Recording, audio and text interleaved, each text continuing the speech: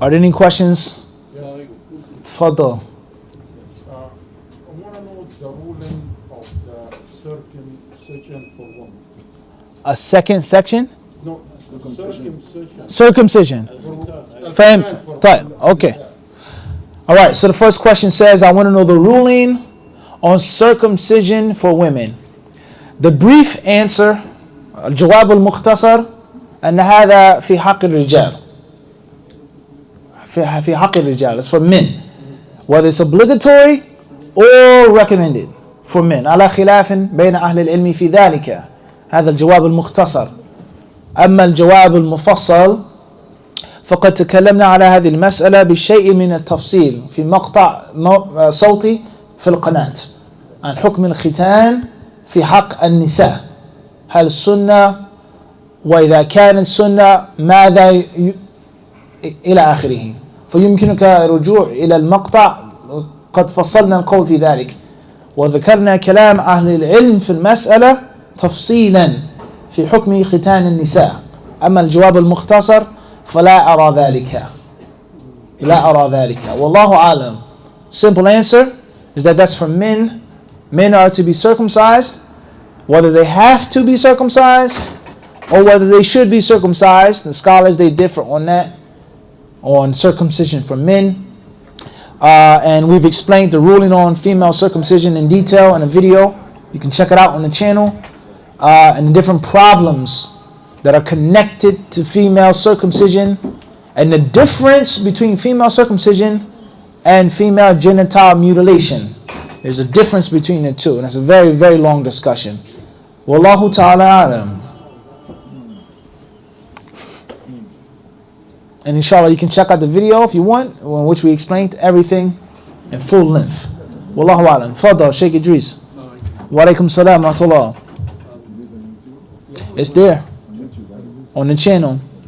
Someone Muslim asked me to ask you about the issue of they want to buy a house. The issue of mortgages and طيب. With regards to mortgages and the permissibility of mortgages, that's a big problem in and outside of the United States. The brief answer, I would say, stay away from them unless it's necessity. If you have the ability to go through a good Islamic financial institution, which there are a few, a good Islamic banking system to get you a house, you pay in installments, then do that. Bi'idhnillahi ta'ala. Do that if you can. And if you can't, try to avoid mortgages in the traditional sense because they contain many problems. As far as if it's a necessity, you have no other choice, or you're stuck between a rock and a hard place. And those who rent, those who have houses, they know the reality of being in a rock and a hard place. With regards to paying someone else's mortgage, not having a mortgage, paying rent, getting kicked out is a mushkila. It's a problem. Okay, so seek help in Allah subhanahu wa ta'ala. Make the intention to avoid riba, to avoid impermissible transactions, and only do it unless it's a necessity. That's my advice. And Allah knows best. That's in brief. The answer obviously has been explained much more length than that. Allah knows best. do you have a video? There are several different things, and that which is missing, we'll try to make one that's longer, inshallah. Fadda. Giving shahada, in regards to giving shahada. Okay. Is it, can you give shahada to somebody that is asking you, or you just have to bring it to masjid? Can you give a shahada to someone who asks you anytime, any place, or does it have to be in the masjid in a formal way? Yes. No. Rather, it's mandatory.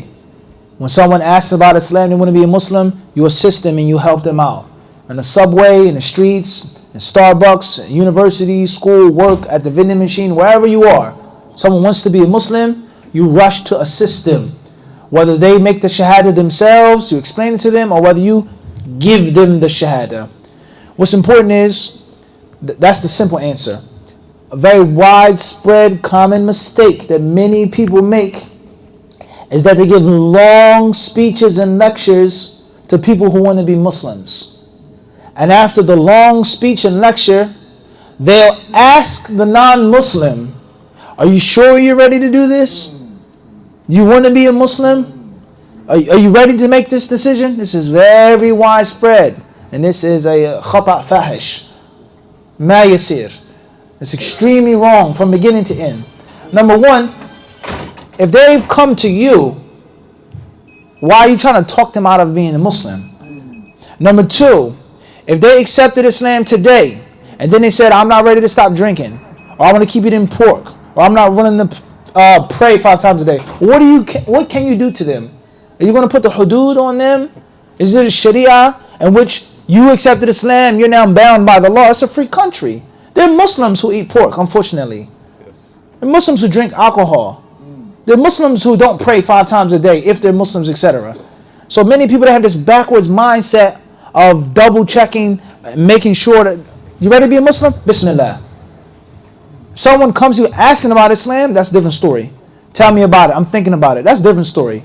They have a question about it, that's a different story, right? But you don't have no power over them, in which there's a danger in them becoming a Muslim because they're now bound by Sharia. That's a difference. In a Muslim land now, we have a Muslim land, Sharia land. A non-Muslim says, I want to be a Muslim. No problem. The moment you become a Muslim, you're now what? You're under the law. You sure? This is America. Let them be a Muslim. If they leave Islam, it's not your fault. If they're a good Muslim, they're a bad Muslim, that's not what? It's not your fault. But you do your job and you do your duty, and you never know when death will come to them. They can have a heart attack. They can walk outside, I'll be right back. I'm going to go fill up the parking meter, then do my shahada. Then they what? They die. Get hit by a car. And then you could have saved that person from the fire. So that's a problem. So give the shahada first. Then give them the long lecture, explain, so on and so forth. And Allah knows best. It's time for the adhan, huh? We'll stop here. سبحانك اللهم وبحمدك أشهد أن لا إله إلا أنت أستغفرك وأتوب إليك.